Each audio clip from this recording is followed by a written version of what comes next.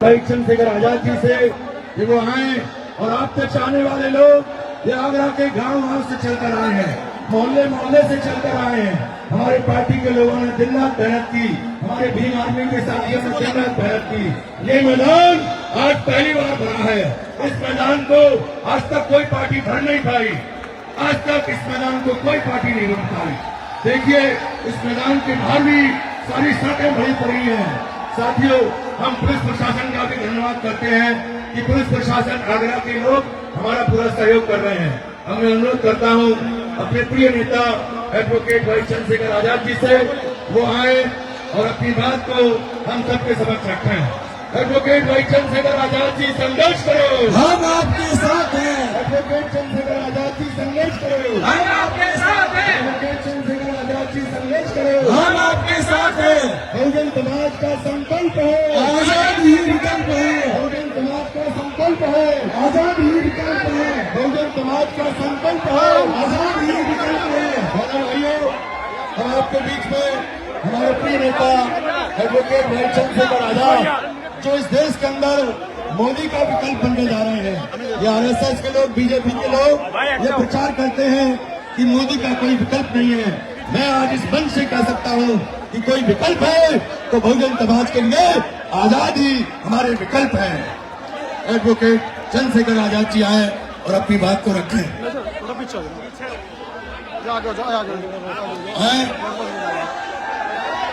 आमिर भाई,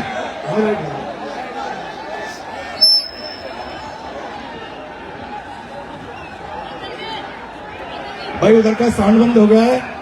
हमारे आमिर भाई कहने गए थे इसको चालू कर दो। ठीक है, चालू कर दो।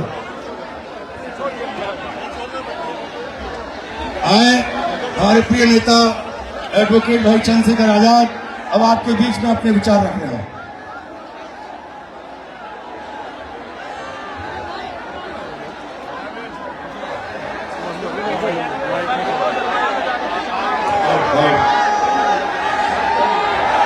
जय भीम। कहां तक आ रही है आवाज? जरा हाथ उठा के बताना। और आप लोग कहां चढ़े हो वहां इतने ऊपर? अपना ख्याल रखना, कहां चढ़ गए इतने ऊपर? प्यारे साथियों, आज आगरा की इस ऐतिहासिक धरती पे जिस तरह का प्यार, जिस तरह का आशीर्वाद, जिस तरह का जमावड़ा आप लोगों ने इतने बड़े पैमाने पे आज इस आगरा के कार्यक्रम को सफल बनाने के लिए किया है, मैं आपका दिल की गहराइयों से बहुत बहुत धन्यवाद करता हूं। प्यारे साथियों, मैं अपनी बात को शुरू करने से पहले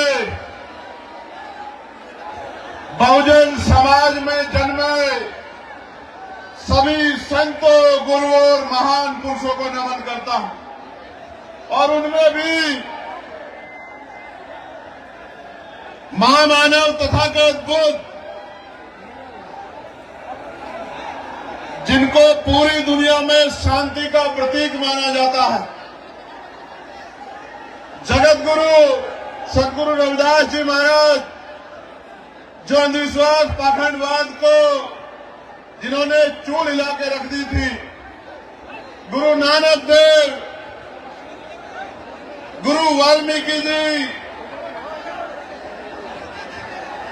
गुरु घासीदास जी, संत गाडगे जी महाराज, नारायणा गुरु, राष्ट्रपिता ज्योतिबा फूले, मां सावित्रीबाई फूले, जो शिक्षा के नायक हैं, नायिकाएं हैं, मां फातिमा शेख,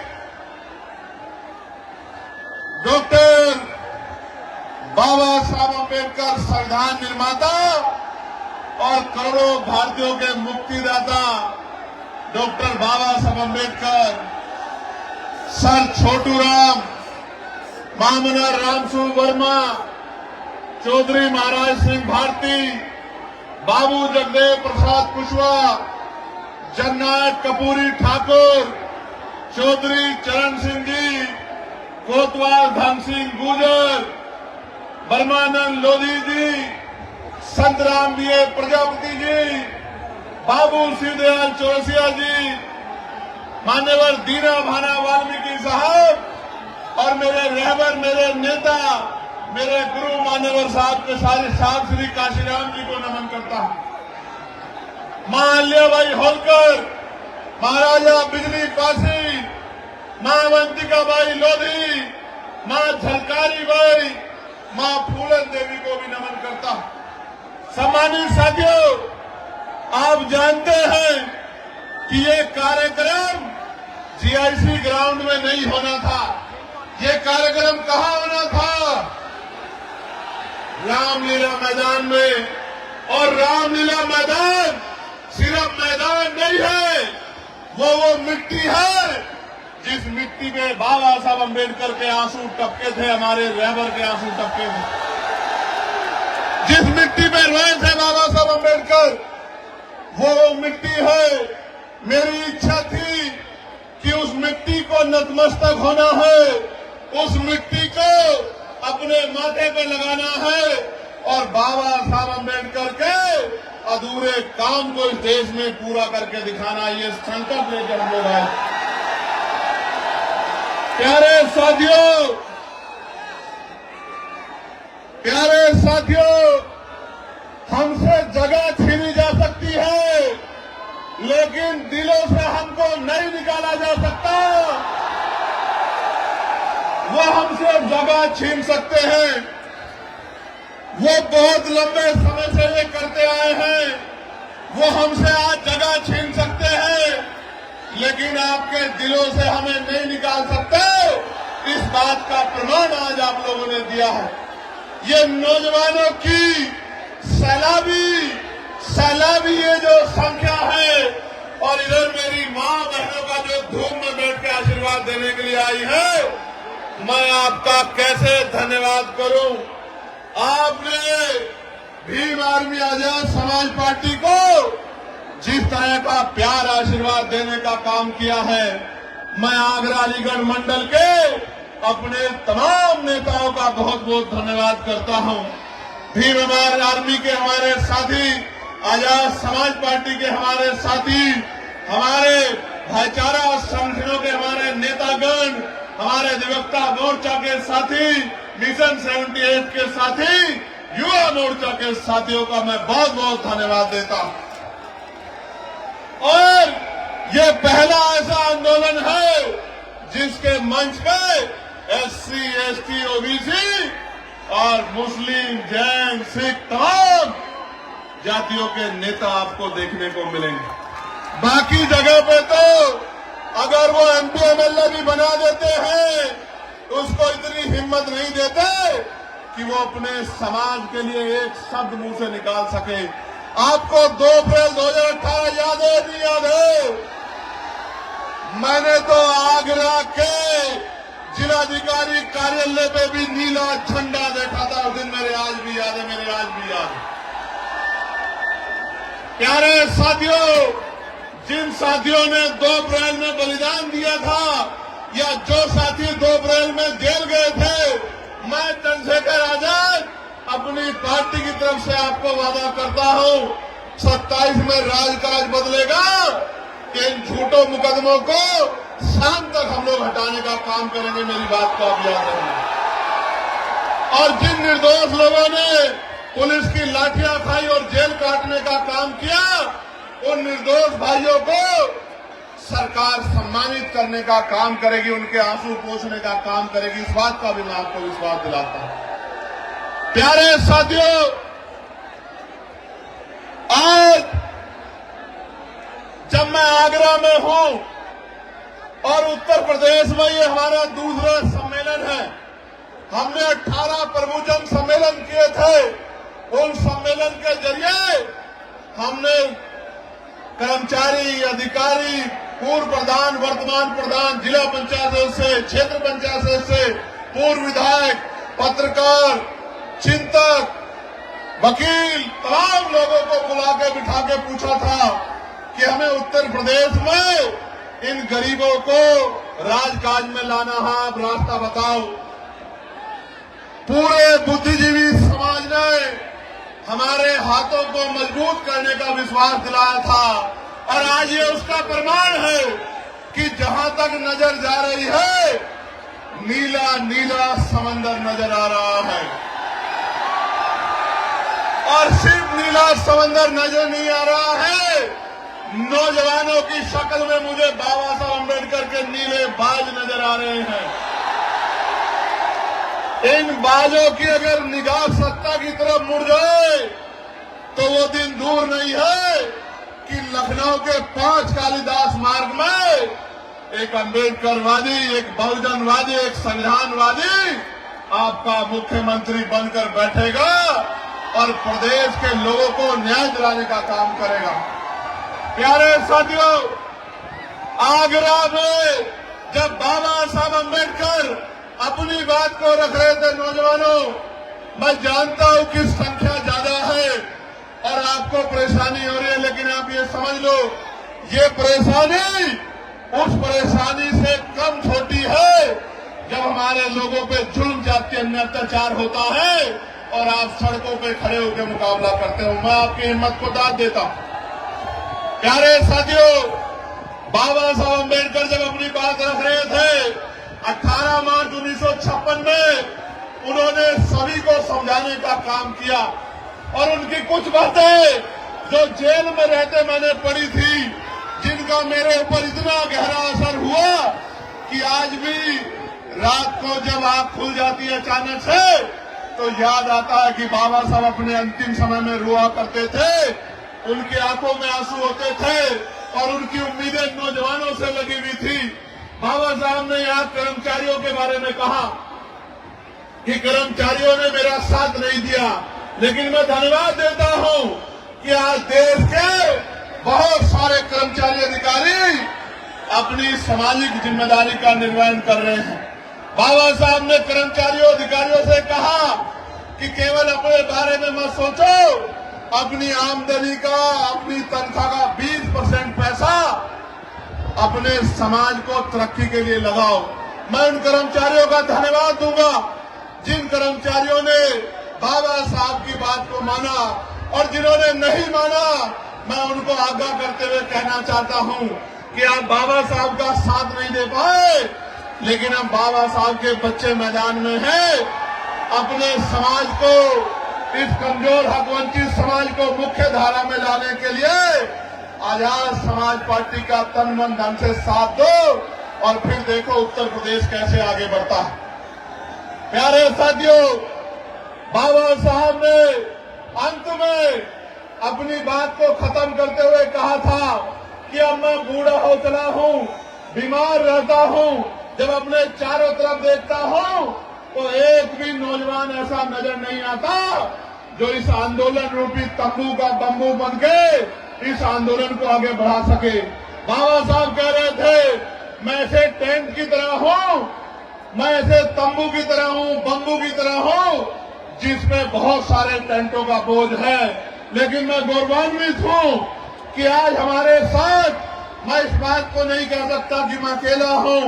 मेरे हाथों को मजबूत करने के लिए देश, प्रदेश और उत्तर प्रदेश के ताकतवर नेतृत्व मेरे साथ है। हमारे जिले, विधानसभा, बूथ, सेक्टर, लोकसभा, मंडल, प्रदेश के मजबूत नेता मेरे साथ हैं जो लगातार मेरे हाथों को मजबूत कर रहे हैं।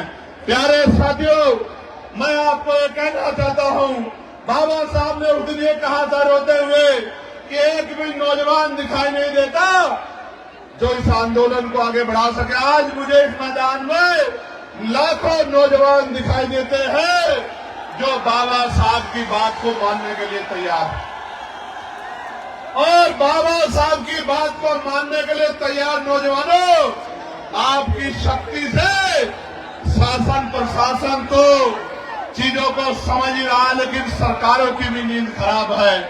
वरना आज का कार्यक्रम रामलीला ग्राउंड में होता। मैं यहाँ के प्रशासन का धन्यवाद करना चाहता हूँ कि उन्होंने काफी मदद की है, मगर साथियों आपकी भी जिम्मेदारी है कि आप अपनी लड़ाई को स्वयं लड़े। प्यारे साथियों, हम उत्तर प्रदेश को कैसा प्रदेश बनाना चाहते हैं, मैं उस पर प्रकाश डालना चाहता हूं। ऐसा प्रदेश जहां शिक्षा गरीबों के दायरे में हो, जहां गरीबों को अच्छी से अच्छी शिक्षा मिले। मैं बहुत जिम्मेदारी से आपके बीच में बात रखते कह रहा हूं, 2000 रुपए आपको राशन के मिले ना मिले, 5 किलो राशन मिले ना मिले, लेकिन शिक्षा 1 नंबर की मिलेगी आजाद समाज पार्टी के राज में। ऐसी शिक्षा मिलेगी जो यहाँ के प्राइवेट स्कूल भी देने में भी सक्षम नहीं है, जिसकी महीने की फीस 20,000 रुपए है। मैं संकल्प लेकर कहता हूँ कि हम लोग करके दिखाएंगे कि गरीब के बच्चों को ऐसी शिक्षा मिलेगी कि अमीर के बड़े बड़े स्कूल, अमीरों के बड़े बड़े स्कूल में पढ़ने वाले बच्चे भी गरीबों के बच्चों का मुकाबला नहीं कर पाएंगे। आपको 5 किलो राशन मिले ना मिले, लेकिन आपके बच्चे को इतना मजबूत करेंगे कि वो 50,000 रुपए की नौकरी रोजगार करेगा महीने का, और आपकी आंख में आंसू नहीं आने देगा। मेरी बात को आप याद रखना, ऐसी व्यवस्था लागू करेंगे। प्यारे साथियों, ऐसी चिकित्सा व्यवस्था लागू करेंगे कि इलाज की कमी और पैसे की कमी के कारण किसी की जान नहीं जाएगी। जैसे मैंने अपने पिता को खो दिया था, मैं आपको संकल्प करके कहता हूं इस मिट्टी से। प्यारे साथियों, सिर्फ जान ही नहीं जाएगी, ना जमीन गिरवी रखनी पड़ेगी, ना उधार लेना पड़ेगा। कोई भी बीमारी होगी, 1000 रुपए से कम में आपका इतना अच्छा इलाज होगा कि आप बीमार होकर चले तो जाओगे, लेकिन खुशहाल होकर अपने परिवार के बीच में आओगे। ऐसी व्यवस्था हम लोग करके देंगे उत्तर प्रदेश। प्यारे साथियों, लक्ष्यधार भाषण तो आप 75 साल से सुनते आ रहे हैं। एक हमारे पुराने आंदोलन के अलावा किसी ने गरीबों की सुध लेने का काम नहीं किया जलाध्यक्ष जी। तो मैं ये कहना चाहता हूं कि और कोई करे ना करे, पढ़े लिखे नौजवानों को रोजगार देने का काम आजाद समाज पार्टी 1 साल के अंदर करने का काम करेगी। मेरी बात को आप याद रखें। रोजगार देने का काम, आपके आंसू पोंछने का काम, आपकी जेब को मजबूत करने का काम, आपको सपने पूरे करने का अधिकार आजाद समाज पार्टी आपको 1 साल के अंदर अवसर बना के देगी। प्यारे साथियों, आज कानून व्यवस्था का क्या हाल है? आज कानून व्यवस्था का हाल खराब है। जुल्म जाति अन्याय अत्याचार हो रहा है, बहन बेटियों की इज्जतें लुट रही है। मैं आपको संकल्प करके कहता हूं, अगर कोई अपराधी किसी बच्ची की तरफ आंख उठा लेगा, तो मुख्यमंत्री तो भी कह रहे थे, मैंने मेरठ में भी पूछा था कि हर चौराहे पे यमराज खड़े, यमराज ना खड़े हों, लेकिन पुलिस को इतनी शक्ति दी जाएगी कि किसी गुंडे की हिम्मत नहीं होगी बहन बेटियों की तरफ आंख उठा ले। और अगर उठाएगा, अगर कोई गुंडा उठाएगा, तो आज की पुलिस तो 1 गोली मारती है, 2 गोली मार के उसको जो है पूरी जिंदगी के लिए इस लायक नहीं छोड़ेंगे कि वो किसी बहन बेटी की तरफ आंख उठा के देखने का काम करे। जब मैं ये बात कह रहा हूं, तो मीडिया के लोग मेरी आलोचना करेंगे अपने दफ्तरों में बैठ के कि चंद्रशेखर आजाद कह रहे हैं कि 2 गोली लगवा देंगे। लेकिन मैं कह रहा हूं, बाबा साहब अम्बेडकर ने कानून मंत्री पद से इस्तीफा दे दिया था बहन बेटियों को हक अधिकार दिलाने के लिए। इन बहन बेटियों के सम्मान के लिए 1 नहीं 2 गोली तो उस दरिंदे को लगनी चाहिए जो बहन बेटियों की तरफ आंख उठाने का काम करे। लगनी चाहिए। प्यारे साथियों, आज महंगाई ने कमर तोड़ दी है। मेरे आज भी याद है 2004-05 में सोना 10,000 रुपए हुआ करता था। आज कितना है? 1,54,000 रुपए। 1,15 लाख तो नहीं आए, लेकिन सोना 10,000 से 1,54,000 रुपए हो गया। किसी गरीब के अंदर हिम्मत नहीं बन पा रही है कि वो शादी में सोने की व्यवस्था कर ले। मैं आपको कहना चाहता हूं, ये सोने का दाम ऐसे नहीं बढ़ा। हमारे प्रधानमंत्री जब मुख्यमंत्री हुआ करते थे गुजरात के, तो कहा करते थे कि रुपए की कीमत ऐसे नहीं गिरती है, रुपया गिरता है तो प्रधानमंत्री की साख गिरती है, लेकिन आज रुपया कहां चला गया प्रधानमंत्री जी को नजर नहीं आता। मैं आपको कहना चाहता हूं, अमीरों की तिजोरियों में जो पैसा भ्रष्टाचार का उठा के रख लिया है, इस भ्रष्टाचार पे ऐसी चोट करेंगे कि इन अमीरों को भ्रष्टाचार का पैसा निकालना पड़ेगा और ये पैसा गरीबों के घरों तक पहुंचेगा। गरीबों के रोटी का व्यवस्था, कपड़े की व्यवस्था, पानी की व्यवस्था, शिक्षा की व्यवस्था और चिकित्सा व्यवस्था, इस भ्रष्टाचार के पैसे को अमीरों की तिजोरी से निकाल के गरीबों तक पहुंचाने का काम हम लोग करेंगे। प्यारे साथियों, बाबा साहब ने 1956 में जमीनों की बात की थी। मैं आपके सामने कहना चाहता हूं, पुरानी सरकारों ने जितनी जमीन दी थी गरीबों को, अति पिछड़ों को, दलितों को, चुन चुन के उन जमीनों को छीनने का काम सरकार कर रही है। असामी पट्टे हो या सीलिंग वाले पट्टे या कोई और पट्टे, सारे पट्टों को लगातार पिछड़े मुसलमानों को जो जगह थी छीनने का काम कर रही है। जब सरकार बड़े बड़े हाईवे बना के जमीन एक्वायर कर सकती है तो भूमिहीन मजदूरों को, किसानों को क्यों नहीं जमीन दे सकती? सरकार के पास का कोई जवाब नहीं है। और जिन्होंने 70 साल में घर बना के जो लोग रह रहे हैं, जैसे मथुरा में एक बस्ती को उजाड़ने का काम सरकार करने की बात कर रही है, जहां गरीब, दलित, वाल्मीकि समाज के लोग रह रहे हैं। मैं सरकार को चेताना चाहता हूं, अगर आप गरीबों के घर छीनने का काम करोगे मथुरा में या पूरे प्रदेश में, या उनकी जमीन छीनने का काम करोगे, हम आपकी कुर्सी छीन लेंगे। मेरी बात को याद रखना, ये गरीब आपको सबक सिखा देंगे। प्यारे साथियों, मैंने पार्लियामेंट में एक बिल लेके आया था, मैं निजी क्षेत्रों में आरक्षण का। आपने पढ़ा होगा, सुना होगा कि दलितों को, पिछड़ों को निजी क्षेत्रों में आरक्षण मिलना चाहिए, क्योंकि सरकारी नौकरियां 2% है, प्राइवेट सेक्टर में आरक्षण मिलना चाहिए। बड़ी बहस हुई, कोई कहता है चंद्रशेखर आजाद तो निजी क्षेत्रों में आरक्षण की बात कर रहे। बात नहीं कर रहा हूं, राजकाज बनने दो। पिछड़े, अति पिछड़ों, दलितों को 98% प्राइवेट सेक्टर में आरक्षण देने का काम हम लोग करेंगे, रोजगार देने का काम हम लोग करेंगे। मेरी बात को आप याद रखना। ये प्राइवेट सेक्टर किसी पूंजीपति का नहीं है, ये सरकारी पैसे से बनता है, सरकारी जमीन से बनता है, गरीबों के हक से बनता है।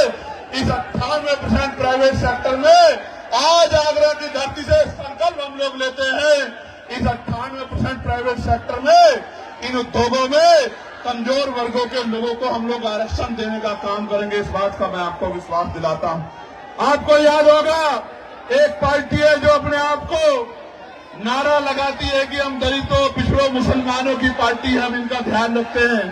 प्रमोशन में रिजर्वेशन का बिल फाड़ने वाली पार्टी कभी दलित, पिछड़े, मुसलमानों की हितैषी नहीं हो सकती। मेरी बात को आप याद रखना। मैं आपको आगरा की धरती से चेताने का काम कर रहा हूं। ये आपकी वोटों को लेने के लिए तमाम तरह के कपड़े, तमाम तरह की भाषा बदल के आएंगे।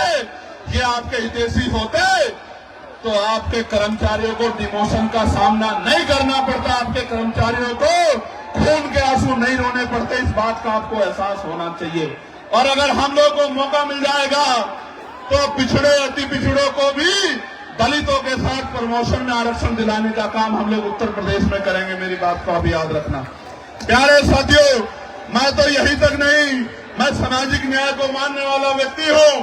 आगरा की धरती पर खड़े हुए कह रहा हूं, इसीलिए तमाम लोग मेरे पीछे षड्यंत्र कर रहे हैं कि दलितों की तरह पिछड़े वर्ग के लोगों को भी पॉलिटिकल रिजर्वेशन हम लोग दिलाने का काम करेंगे विधानसभा, लोकसभा में। मेरी बात को आप याद रखना। जो कोई नहीं कर पाया वो बाबा साहब अम्बेडकर के बच्चे करके दिखाएंगे। मुस्लिम भाइयों, आप भी तैयार हो जाओ, हिम्मत करके दिखाओ।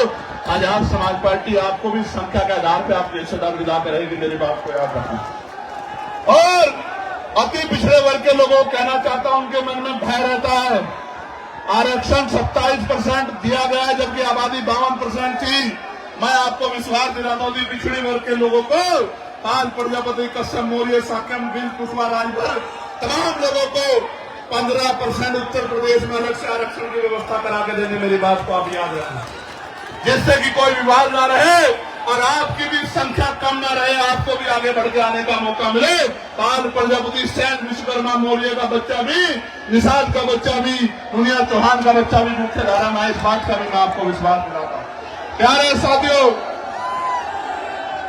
आगरा में जूते का व्यापार होता है, अलीगढ़ में ताले का बड़ा काम है, फिरोजाबाद में कांच का बड़ा काम है। जीएसटी, पहले जीएसटी की मार, फिर लाइसेंस में गैर जिम्मेदारी, फिर छापेमारी के नाम पर लगातार उत्पीड़न किया जा रहा है। लगातार कारीगरों को, मजदूरों को मजबूर करने का काम ये सरकार कर रही है। छोटे छोटे व्यापारी आगरा में जब रिक्शे से अपना माल भेजते हैं तो जीएसटी के अधिकारी उनको पकड़ के 50-50 हजार रुपए की रिश्वत वसूलने का काम करते हैं। राजकाज बदलने दो, एक एक पैसे का हिसाब होगा जो गरीबों का छीनने का काम कर रहे हैं, मजदूरों का। मैंने तो पत्र लिखा था सरकार को कि जीएसटी में छूट करो, और मैं कहना चाहता हूं हमारा व्यापार मंडल मजबूत है। किसी व्यापारी को दिक्कत हुआ करे तो हमारे भीम व्यापार मंडल के साथियों से मिल लिया करो, अपनी समस्या इनको बता दिया करो। प्यारे साथियों, अभी यूजीसी के नए नियम आए हैं, बड़ी चर्चा हो रही है, बड़ा विरोध हो रहा है, और मैं आपको स्पष्ट कहना चाहता हूं वही विरोध कर रहा है जो जाति के आधार पर एससी, एसटी, ओबीसी के बच्चों का शोषण करने का काम करता है, उनको अपमानित करने का काम करता है। इससे किसी को दिक्कत नहीं है, सिवाय द्रोणाचार्य के जो एकलव्य का अंगूठा काटना चाहता है। उसके अलावा यूजीसी के नए नियमों में से किसी को दिक्कत नहीं है। और मैं सरकार को कहना चाहता हूं, चंद मुट्ठी भर लोगों की वजह से अगर यूजीसी पर फैसला वापस हुआ तो हम 85% बहुजन समाज के लोग सड़कों में उतर के सरकार को बताने का काम करेंगे कि हमारे बच्चों पे जो जितना जो है बड़ी बड़ी यूनिवर्सिटियों में सुसाइड और तमाम तरह के अटेम्प्ट हो रहे हैं, इस अपमान को, इस दर्द को हम लोग भूलने वाले नहीं है। चेतावनी भी मैं सरकार को देना चाहता हूं। ये सरकार धर्म की बात करती है, गौरव यहां खड़े, धर्म की बात सरकार करती है, और अभी ये अपने धर्म के शंकराचार्यों के साथ कैसा व्यवहार कर रही है आप लोग देख लो। प्रयागराज इसका बहुत बड़ा उदाहरण है, जो अपनों की नहीं हुई। हालांकि मेरा उनसे वैचारिक मतभेद है, क्योंकि वो वर्ण व्यवस्था को मानते हैं, मनुस्मृति को मानते हैं, ये उनका अधिकार है, लोकतंत्र है, आर्टिकल 25-26 है। लेकिन हम लोग संविधान को मानने वाले लोग हैं, मानवता को मानने वाले लोग हैं, भगवान बुद्ध को मानने वाले लोग हैं। हम लोग किसी के साथ भी अन्याय बर्दाश्त नहीं करते। इसलिए वैचारिक मतभेद के बाद भी मैंने कहा कि वहां गलत हुआ, जिस तरह से उनके शिष्यों की चुटियां पकड़ के उनको खींचा गया। ये इस बात का उदाहरण है कि जब सत्ता तानाशाह हो जाती है तो पहले उसी का इलाज करती है जिसने उसको सत्ता में लाकर बिठाने का काम किया है। प्यारे साथियों, आज उत्तर प्रदेश में बरेली में अन्याय हो रहा है, आप सबके सामने। आज हाथरस में अन्याय हो रहा है, हाथरस के जख्म अभी हम भूले नहीं है। आज बुलंदशहर में क्या हाल है, प्रयागराज आपको याद होगा किस तरह से 90 बच्चों को जेल भेजने का काम इस सरकार ने किया था। और प्रयागराज में कौशाम्बी में अपनी पाल समाज की बच्ची को मुझे जाने नहीं दिया था उनके घर पे। और आपको याद होगा कानपुर देहात में क्या अन्याय हुआ, आपको याद होगा अरुण वाल्मीकि के हम लोग आए थे जब उस बच्चे को मार दिया था, उसकी 30 दिन की उसकी गर्भवती पत्नी को पीटने का काम किया था। मैं उस दिन उनके आंसू पूछने के लिए आया था। हाथरस के परिवार को मुख्यमंत्री ने वादा किया कि नौकरी और घर देंगे, नहीं दिया। ये इनके वादे खोखले हैं। और अभी मेरठ में आपने देखा, मेरठ के कपसार में एक चुनाव सांसद अपनी बहन से और अपनी मरी हुई मां से नहीं मिल पाया, पुलिस बना के मुझे रोकने का काम किया। मैं कहना चाहता हूं, मुझे तो रोक लोगे, मैं संविधान को मानता हूं, लेकिन इनको कैसे रोकोगे जब ये अपने पैरों पे खड़े हो जाएंगे? इनको कैसे रोकोगे? मुझे रोक लो, मैं कानून को मानता हूं, लेकिन कानून चलाने वाले हाथ जब इनके हो जाएंगे, जब इनका राज काज आएगा कमजोरों का, तब इन गुंडों को कैसे बचाओगे? इनके बारे में, गुंडों के बारे में सोचो। प्यारे साथियों, मैं बहुत जिम्मेदारी से आपको ये कहना चाहता हूं, इस जुर्म जाति को रोकने के लिए हमें कमर कसनी होगी, क्रांति के लिए तैयार होना पड़ेगा और क्रांति संवैधानिक रूप से वोट के रूप में होगी। जब मैं सड़कों पे था, सड़कों पे लड़ता था, आज पार्लियामेंट में आपने भेज दिया है, तो बताओ पार्लियामेंट में आपकी आवाज गूंजती है नहीं गूंजती है? क्या 543 में नीले पट्टे वाला दिखाई देता है नहीं दिखाई देता है? कहीं छिप तो नहीं जाता? सुनते हो नहीं सुनते हो? प्यारे साथियों, इस देश में 15 अगस्त 1947 को तय हो गया था। मुस्लिम समाज के भाई सुन लें, जैन समाज के भाई, सिख समाज के भाई, बौद्ध समाज के भाई, क्रिश्चियन समाज के भाई सुन लें, हमारे जो मसीह समाज को मानने वाले लोग हैं वो भी सुन लें। 15 अगस्त 1947 को तय हो गया था कि जिस स्ट्रक्चर का जो स्वरूप है, अगर वो मस्जिद है तो मस्जिद रहेगी, वो मंदिर है तो मंदिर रहेगा, वो चर्च है तो चर्च रहेगा, वो गुरुद्वारा है तो गुरुद्वारा रहेगा। लेकिन जब से इनकी सरकार आई है, हर मस्जिद को, हर गुरुद्वारे को, हर चर्च को जानबूझ के टारगेट करने का काम ये सरकार कर रही है कि इनका राजनीतिक एजेंडा कामयाब होता रहे। मैं आपको कहना चाहता हूं, सरकार की जिम्मेदारी है कि पुलिस को कहे, एडमिनिस्ट्रेशन को कहे कि इस तरह का माहौल खराब नहीं होना चाहिए। लेकिन कई बार फतेहपुर के मकबरे को हम लोग देखते हैं, सरकार सामने नजर आती है, बीजेपी के लोग तोड़ने का काम करते हैं। मैं आपको कहना चाहता हूं, हिम्मत मत हारो। जब माहौल खराब करने वाले लोग हैं तो आपका हाथ पकड़ के आपके साथ चलने वाले लोग भी है। मेरी बात को याद रखना। आपने अभी तक कभी इसे ताकत दी, कभी उसे ताकत दी, कभी उसे ताकत दी। एक बार बाबा साहब अम्बेडकर के सच्चे बच्चों को ताकत देके देखो, गुंडागर्दी का माहौल ठंडा हो जाएगा और स्वाभिमान सम्मान के साथ आगे बढ़ने का मौका मिलेगा। प्यारे साथियों, ये तो मैं हूं जो पार्लियामेंट में बोलता हूं सड़क पे मुसलमान, ईसाई, सिख, जैन, बौद्ध, वरना अल्पसंख्यक कह के लंबे समय तक आपसे वोट ली गई है। आप इस बात को जानते हैं। ये तो हिम्मत चंद्रशेखर आजाद के अंदर है कि जो धर्मनिरपेक्ष है, संविधानवादी है, सबके हितों की बात करता है, सबके हितों को आगे बढ़ाने की बात करता है। ना अमीर देखता है, ना गरीब देखता है, ना कमजोर देखता है, ना ताकतवर देखता है। प्यारे साथियों, आप हमारा न्यायप्रिय चरित्र देखना चाहते हो तो सुनो। संभल में जिस जज साहब ने पुलिस पे मुकदमे करने का ऑर्डर दिया, उस जज साहब, माननीय जज साहब को, जिन्होंने निष्पक्ष ऑर्डर किया, निडर होकर ऑर्डर किया, सरकार के सामने न्यायपालिका का सच्चा चरित्र रखा, रातों रात उन जज साहब का ट्रांसफर कर दिया गया। वो सुधीर साहब इसी दलित समाज के बच्चे हैं। इस बात का आप लोगों को गर्व, हमें गर्व है इस बात का कि हमारा चरित्र न्यायप्रिय है। अगर पूरी सरकार भी विरोध में खड़ी है तो हमारी कलम किसी का नुकसान नहीं कर सकती, न्याय देने का काम करेगी। मैं तो यामीन साहब के उन बेबस पिता की तरफ देखता हूं, जिन पिता को उम्मीद थी कि न्याय मिलेगा, आज उनसे न्याय छीना जा रहा है।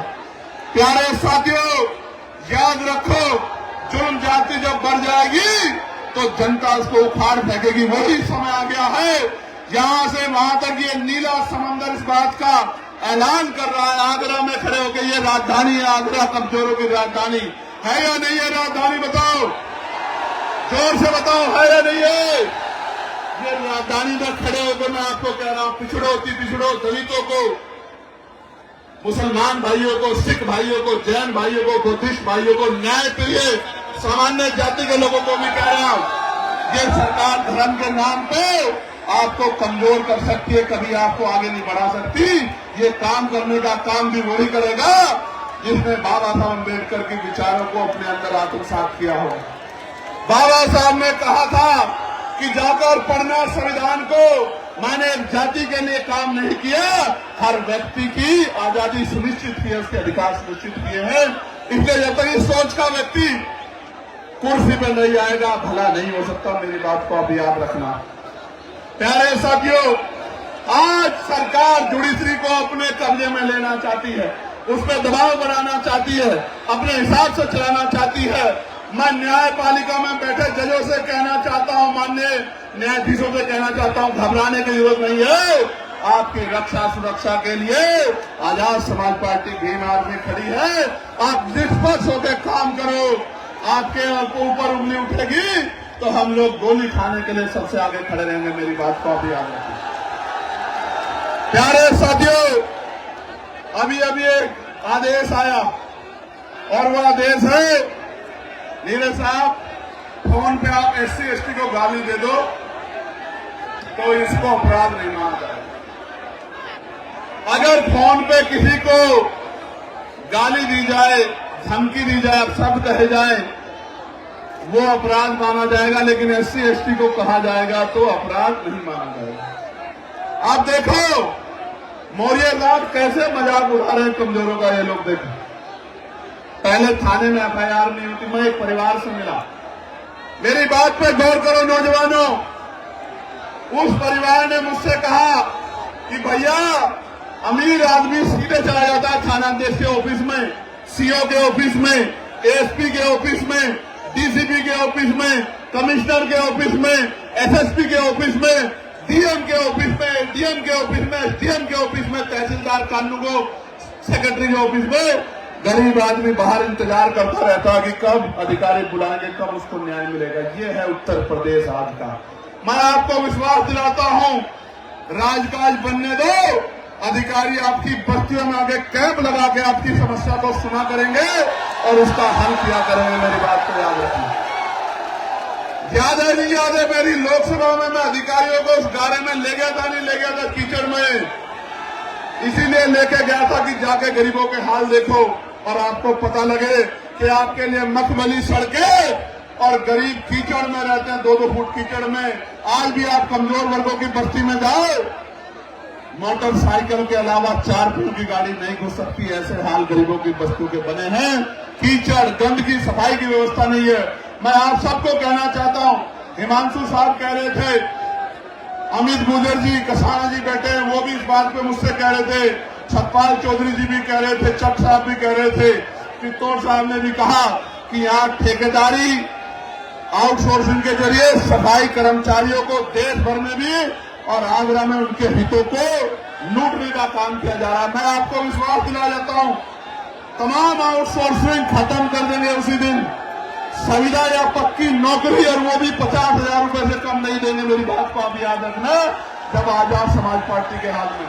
और ये निजी क्षेत्र का ट्रेंटो का हाल देख लो, एक गरीब को कनेक्शन नहीं देती है कंपनी। इन सारी कंपनियों वालों को जो सही काम नहीं करेंगे, इनको सबक सिखाने का काम हम लोग करेंगे। प्यारे साथियों, एक बहुत बड़ी समस्या ये है कि आज ईसाई समाज, मसीही समाज परेशान है। चर्च में अपनी उपासना पूजा नहीं कर पा रहा है, अपनी प्रार्थना नहीं कर पा रहा है। कोई भी आता है, उनके साथ मारपीट करने लगता है, उनको भगाने लगता है, उल्टा पुलिस भी उन पर मुकदमे कर देती है। मैं मसीही समाज को कहना चाहता हूं, मैं चंद्रशेखर कह रहा हूं, अगर कहीं आपके चर्चों पे हमला होगा या आपको अपमानित करने का काम किया जाएगा तो आजाद समाज पार्टी भीम आर्मी सीना तान के आपकी लड़ाई लड़ने का काम करेगी। आप अकेला मत समझना खुद को, बिल्कुल अकेला मत समझना। ऐसे ही मैं सिख भाइयों को, मुसलमान भाइयों को भी कहना चाहता हूं कि आप भी मन पक्का कर लो, आप भी आजाद समाज पार्टी के साथ खड़े हो जाओ। आने वाले 10-15 दिन में वैसे भी माहौल उत्तर प्रदेश का बदलने वाला है। मेरी बात को आप याद रखना, आने वाले 15 दिन में देख लेना, उत्तर प्रदेश का माहौल बदलने वाला है। आप भी कमर कस लो, कमजोरों की एकता इत्तेहाद ही इस सरकार को उखाड़ के फेंक सकती है। वरना 95% वोट दिया था आपने पिछली बार उत्तर प्रदेश में। 2022 में क्या मिला? 125 सीटें। आप एकजुट हो जाओ, 300 सीटें जीतेंगे, 300 सीटें। मेरी बात को आप याद रखना, क्या 125 सीटों की बात करते हैं। प्यारे साथियों, आपने इतने भयंकर सैलाब में भी बड़ी जिम्मेदारी, समझदारी से इस कार्यक्रम को सफल बनाया और जिन साथियों ने इसको सफल बनाने में अपना योगदान दिया, भाई सुनील कुमार चित्तौड़ जी, राजपाल कश्यप जी, डॉक्टर रविंद्र बघेल जी, श्याम प्रकाश मोदी जी, विक्की आजाद जी, अनिल करदम जी, MS निमेश जी, संजीव सागर जी, अच्छन अंसारी जी, राजेंद्र गुजर जी, गुफरान खान साहब, चौधरी महेंद्र सिंह जी, लाखन सिंह चक साहब, शशांक बोध जी, सौरभ दयाल जी, सौरभ चित्तौड़ जी, राजू अंसारी जी, मलखान पिंटू व्यास जी, रहमान खान जी, गौरी प्रसाद उपासक जी, महेश चंद्रा जी, प्रदीप पीपल जी, जावेद कुरैशी जी, अमजद कुरैशी जी, रामवीर करदम जी, बहन प्रतिभा जी, रविंद्र पारस जी, संगरतन सेठी जी, चंद्र प्रकाश गौतम जी, के गौतम जी, दक्ष यादव जी, ब्रजेश एडवोकेट जी, सिकंदर बोध जी, भाई रिंकू जी और तमाम हमारे साथी, रिंकू सेठ से लेकर तमाम हमारे साथियों, जिन साथियों ने अपना योगदान देने का काम किया, जिन्होंने इस कार्यक्रम को सफल बनाने के लिए अपना एक एक पैसा जुटाने का काम किया। आपका एक एक पैसा ये मेरे ऊपर आजाद समाज पार्टी पे कर्ज है। राजकाज बनने दो, रोजगार के साथ जोड़ के एक एक कर्ज को उतारने का काम करेंगे।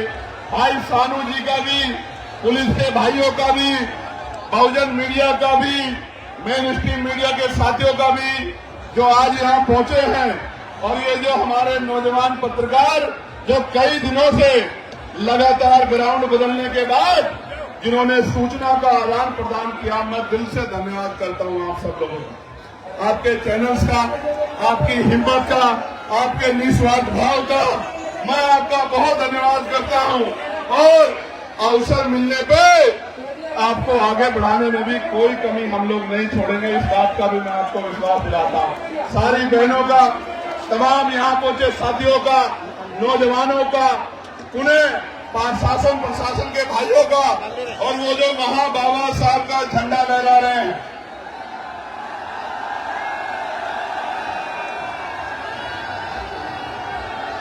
ये जो इधर पेड़ों पे चढ़े हुए हैं, उधर वहां पेड़ों पे, वो जो वहां टूरिस्ट बस पर वहां सामने खड़े हैं ग्राउंड के बाहर, वो जो वहां उस पीली बिल्डिंग पे खड़े हुए हाथ हिला रहे हैं, झंडा लहरा रहे हैं, उन सबसे एक बात कहना चाहता हूं, एक बार आजाद समाज पार्टी को मौका दो, आंख में आंसू नहीं आने दूंगा, विश्वास दिला के कहना चाहता हूं। मेरे साथ हाथ ऐसे करके संकल्प करो, यहां से लेकर वहां तक सब लोग। आज हम आगरा की इस ऐतिहासिक धरती पर, इस ऐतिहासिक धरती पर 18 मार्च 1956 को बाबा साहब ने अपनी बात को रखते हुए समाज में पीड़ा को देखकर भावुकता के कारण ये कहा था कि मुझे एक भी नौजवान नजर नहीं आता, जो इस आंदोलन का तंबू बन के इस आंदोलन को आगे बढ़ा सके। हम आज 25 फरवरी 2026 को संकल्प लेते हैं कि बाबा साहब अम्बेडकर के आंसुओं का संकल्प है हमें, हम मिट जाएंगे, लेकिन बाबा साहब के सपनों को अधूरा नहीं रहने देंगे। हम इसी जीवन में जीते जी बाबा साहब के सपने को पूरा करके दिखाएंगे। मानवता का राज लाएंगे, गरीबों का राज लाएंगे, गरीबों के आंसू पूछेंगे, समानता, बंधुत्व, भाईचारे पे आधारित समाज बनाएंगे। हम प्रथम और अंतिम भारतीय है। भारत की शान बढ़ाएंगे। भारत की शान बढ़ाएंगे, तिरंगे का मान बढ़ाएंगे तिरंगे का मान बढ़ाएंगे और अपने देश को मजबूत बनाएंगे। मजबूत बनाएंगे। जय भीम, जय भारत, जय संविधान, जय मंडल, जय जोहार। भारत की गरीब जनता जिंदाबाद, भारत का मजदूर जिंदाबाद, भारत का किसान जिंदाबाद, भारत का ईमानदार व्यापारी जिंदाबाद, पुलिस जिंदाबाद, हमारी सेना जिंदाबाद, हमारा सैनिक बल जिंदाबाद, हमारे ईमानदार पत्रकार जिंदाबाद। बहुत बहुत धन्यवाद। हम बेटियों का सम्मान हो और देश सोने की चिड़िया